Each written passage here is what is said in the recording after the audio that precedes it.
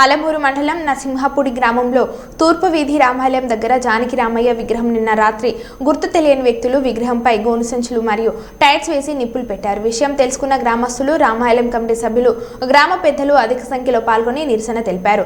విగ్రహం ధ్వంసం చేసిన దుండగులను గుర్తించి వెంటనే వారిని అరెస్ట్ చేసి తగు చర్యలు తీసుకోవాలని డిమాండ్ చేశారు. గ్రామస్తులు ఇచ్చిన ఫిర్యాదు మేరకు ఆలమూరు ఎస్ఐఎం అశోక్ సంఘటన స్థలాన్ని పరిశీలించి దురాశ పరిపాలన దోషులు గుర్తించి అరెస్ట్ చేస్తామని హామీ ఇచ్చారు. మళ్ళీ ఇలాంటివి పునరావృతం కాకుండా చూస్తానని అన్నారు.